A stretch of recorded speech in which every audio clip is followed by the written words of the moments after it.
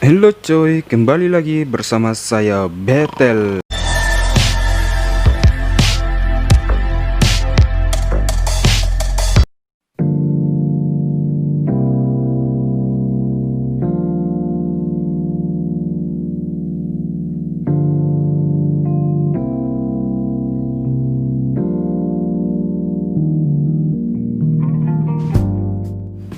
Pembahasan kita kali ini masih di Bantaeng Tertiling-Tiling. Membahas Bantaeng memang tiada habisnya, karena Bantaeng ini memiliki sejarah yang cukup lumayan menarik untuk dibahas. Cerita-cerita mistis pun banyak di kabupaten yang julukannya pun sangat berkonotasi syarat makna, yaitu Buta Tua atau Tanah Tua. Tuanya kabupaten ini menandakan bahwa telah banyak generasi, musim, dan cerita warawiri berlalu seiring waktu. Sebagian karena memang termasuk dalam situs kuno yang wajib dipelihara pemerintah setempat sebagai situs bersejarah. Sebagian lagi karena adanya eksistensi dari dimensi lain yang terus menghidupkan cerita kuno itu agar tetap ada. Sebelum lanjut, saya memperingatkan kepada kalian untuk menekan tombol subscribe karena berkembangnya channel ini tidak lepas dari dukungan dari kalian semua. Terima kasih sebelumnya Sobat Betel. Seperti sebuah cerita yang melegenda di kampung Bisampole tentang kayu lompua, pokok baranaka, jangan balibina Bisampole, serta bungung barania yang ceritanya terkait satu dengan yang lain.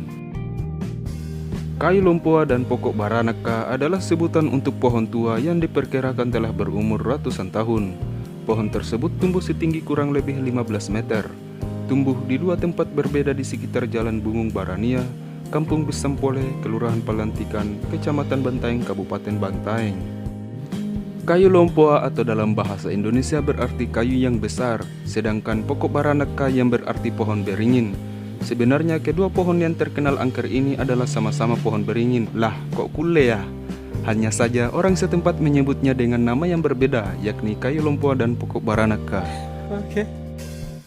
Kayu lompua terletak di sisi jalan sehingga cukup mudah ditemui. Dahulu kala di sekitar kayu lompua merupakan tempat semacam gelanggang gladiator, yang mana pada masa kerajaan, Raja kerap mengadakan pertandingan ketangkasan para pendekar atau jago kampung. Tepat di bawah kayu lompua digali sebuah lubang sedalam 1 meter yang memuat hanya 2 orang saja di dalamnya.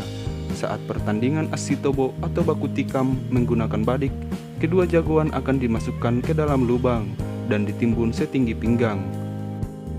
Darah bercecer dalam lubang, hanya pemenang yang bisa keluar dari lubang yang disebut dengan nama saung atau sabung tersebut.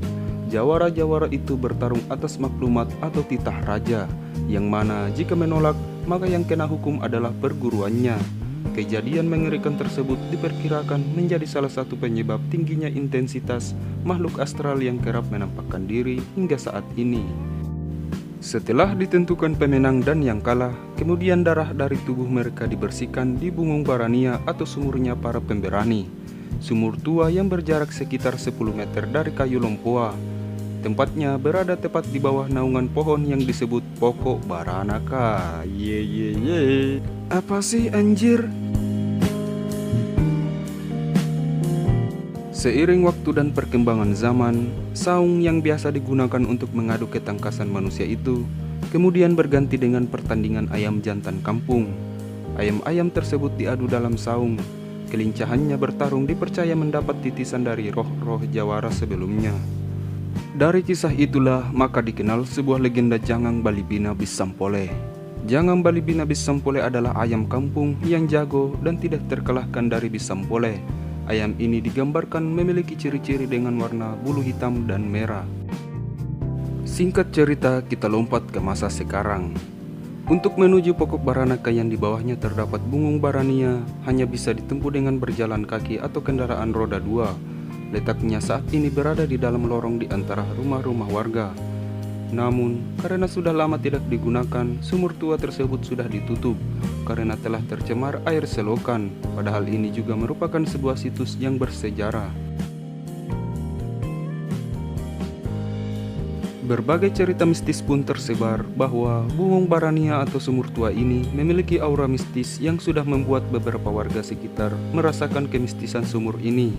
sebagaimana cerita salah seorang warga yang cukup banyak mengetahui sejarah tempat tinggalnya. Ia bercerita tentang seorang pendatang yang tidak tahu menahu soal legenda tempat itu.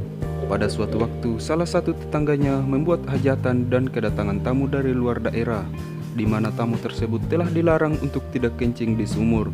Namun, tidak dihiraukan oleh tamu tersebut. Maka, kejadian naas menimpa tamu tersebut hingga membuat perutnya sakit bahkan sampai pingsan. Namun akhirnya tamu yang meradang tersebut sembuh setelah dipanjatkan doa. Juga membakar menyan untuk berdialog dengan sang penunggu agar melepaskan gangguannya terhadap tamu yang tidak tahu apa-apa itu. Pernah juga sekali waktu ada remaja yang naik motor dengan kecepatan tinggi melintas di tempat itu. Kelakuannya dimaksudkan tidak sopan dan mengganggu para penunggu. Akhirnya sebuah api keluar dari mesin, nyaris saja ia terbakar. Untunglah warga cepat bertindak sehingga nyawa remaja tersebut bisa diselamatkan. Menurut kepercayaan masyarakat setempat, memang tak boleh gegabah saat berada di area itu. Hingga saat ini, beberapa orang memanfaatkan keramat di sana untuk kepentingan duniawi. Ada yang bertapa dekat pohon untuk meminta nomor togel, ada yang melepaskan ayam di sekitar pohon agar usahanya diberkati. Ada pula yang membawa sesajian tertentu lalu disimpan di bawah akar pohon agar niatnya dikabulkan. Tentunya hal tersebut dilakukan bagi mereka yang meyakininya, bukan orang setempat saja, bahkan banyak yang berasal dari kota lain. Bagaimanapun, semua kembali kepada pribadi dan keyakinan kita masing-masing.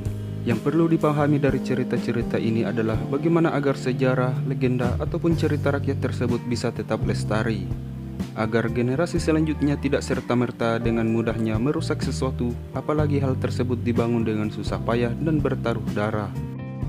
Atau sebagai bahan untuk lebih peduli bahwa di suatu daerah kita tidak boleh gegabah, agar senantiasa sadar bahwa yang hidup di muka bumi ini bukan hanya bangsa manusia, melainkan juga ada bangsa Naruto dan sebagainya. Oke cuy, terima kasih telah menonton. Mohon maaf apabila ada salah kata dan kekeliruan dalam pengucapan. Saya Betel mengucapkan wassalam.